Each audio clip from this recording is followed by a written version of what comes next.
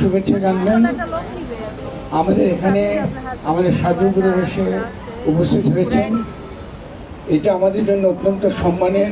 এর সাথে প্রথম আমরা দেখেছি আমাদের সরকারের তরফ থেকে, রাষ্ট্রের তরফ থেকে বাংলার ভাবচর্চার অত্যন্ত শক্তিশালী যেসব ক্ষেত্রগুলো, যারা দীর্ঘকাল বাংলার দর্শন ভাব, আমরা শব্দটা ভাব বলি, এটাকে যারা বিকশিত করেছে, এর যে দীর্ঘ ধারাবাহিকতা যারা ধরে রেখেছেন, তাদের ঘরে অত্যন্ত গুরুত্বপূর্ণ, অত্যন্ত সম্মানিত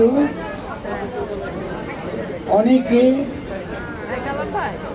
আজকে এখানে এসেছেন আমাদের ডাকে। এটা তাদেরকে আমরা আমন্ত্রণ জানাবার পেছনে প্রধান উদ্দেশ্য ছিল এই যে যাদের গান আপনারা শোনেন, ফকির লালন সাইজি থেকে শুরু করে, পাঞ্জুসা থেকে শুরু করে, ব্রজনাথ থেকে শুরু করে, জহরুদ্দিন শাহ থেকে শুরু করে, যারা বাংলার ভাবজগতের অত্যন্ত শক্তিশালী ধারা তৈরি করেছেন, কারা তৈরি করেছেন, কারা এটা ধরে রেখেছেন, তাদেরকে পরিচয় করিয়ে দেবার জন্যে আমরা আমাদের নদিয়ার অত্যন্ত গুরুত্বপূর্ণ ঘর যারা সাধক, যারা তাদেরকে আমন্ত্রণ জানিয়েছি এবং তারা আমাদেরকে অত্যন্ত সমৃদ্ধ করেছেন, আমাদের ডাকে সাড়া দিয়েছেন। এই প্রথম আমরা দেখছি বাংলার সত্যিকারের সংস্কৃতি যারা ধারণ করেন, যে সংস্কৃতির মধ্যে ধর্ম বনাম সেকুলারিজমের কোনো বিভেদ নাই, এই ভাগ তারা করেন না, ধর্মের সঙ্গে ধর্মের কোনো পার্থক্য তারা করেন না। তাদের কাছে একমাত্র বিচার্য হচ্ছে মানুষ। তাদের প্রত্যেকেরই আশ্রম, আখড়া, দরবার আছে। তবে এখানে যারা হাজির রয়েছেন তারা বিশেষভাবে পরিচিত, তাদেরকে আমরা বলি নদিয়ার ফকির। নদিয়া কথাটা আপনারা অনেকে পরিচিত নাকি? আপনারা কি জানেন? জানেন নদিয়া, আপনারা কুষ্টিয়াকে নদিয়া বলেন নাকি?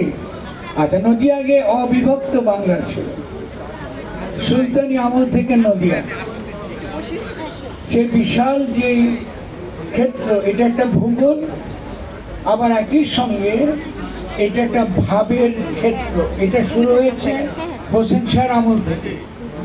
হোসেন শাহর আমলে যখন এদেশে ইসলাম আসে, ইসলামের সঙ্গে স্থানীয় যে সকল চিন্তা ছিল, বৌদ্ধ কি সনাতনী কি জৈন, এই বিভিন্ন প্রকার যে সকল ধর্ম ছিল সে সময়, এছাড়াও যে সকল বৌদ্ধ ধর্মগুলো ছিল, তাদেরকে ইসলাম কী করে প্রভাবিত করেছে, তারা কিভাবে গ্রহণ করেছে এবং বৃহত্তর মানুষের কল্পনা করতে গিয়ে তারা কী রূপ হাজির করেছে তাদের সংস্কৃতি, তাদের ভাবের, এটা এক কথায় বলা হয় নদিয়ার ভাব।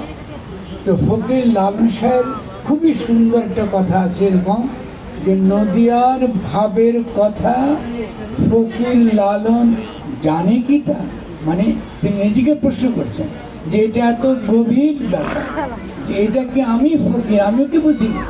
তো বাংলা এই ভাবকে বুঝতে নিঃসন্দেহে অনেক সময় লাগবে। আপনারা অনেকে জানেন যে আপনারা তো প্রতিনিয়তই লালনের গান শুনছেন, কিন্তু অধিকাংশ ক্ষেত্রে দেখবেন যে এই নদিয়ার ভাব বুঝতে, এই ভাষা, এটা কিন্তু বাংলা ভাষা, এটা বুঝতে কিন্তু আপনাদের কষ্ট হয়। আমি কি ঠিক বলছি? কঠিন লাগে নাকি? আবার অনেক সময় মনে হয় যে অনেক কিছু আপনি বুঝছেন, আসলে কিন্তু আপনি বুঝেন না। যেমন পাবে সামান্য কি তার কাছে, সামান্য বলতেছে কি পাবে সামান্য কি তার কাছে। তো কেন সামান্য কথাটা আমরা এখন যেভাবে ব্যবহার করি, এখানে কিন্তু ওরকম করে ব্যবহার করি। সামান্য মানে কিরকম?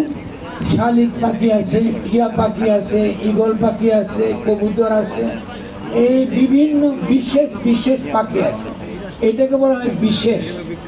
আর পাখি বলি যখন, এটা বলে সামান্য। তো লালন প্রশ্ন করতেছে আপনাদেরকে, এই যে আল্লাহ আল্লাহ বলে ডাকো, তা আল্লাহ কি এরকম সামান্য যে অনেকগুলো আল্লাহ আছে তার মধ্যে একটা আল্লাহ সামান্য এরকম? তো লালন বলছে কি পাবে সামান্য কি তার দেখা। তারপরে কি বলছে, বেদে নাই তার রূপ দেখা। এটা এমনই একটা জিনিস তাকে লেখা দ্বারা, ভাষা দ্বারা ধরা যায়। কেন? আমি যদি এখানে বড় বড় করে আল্লাহ দেখি, এটা কি আল্লাহ হবে?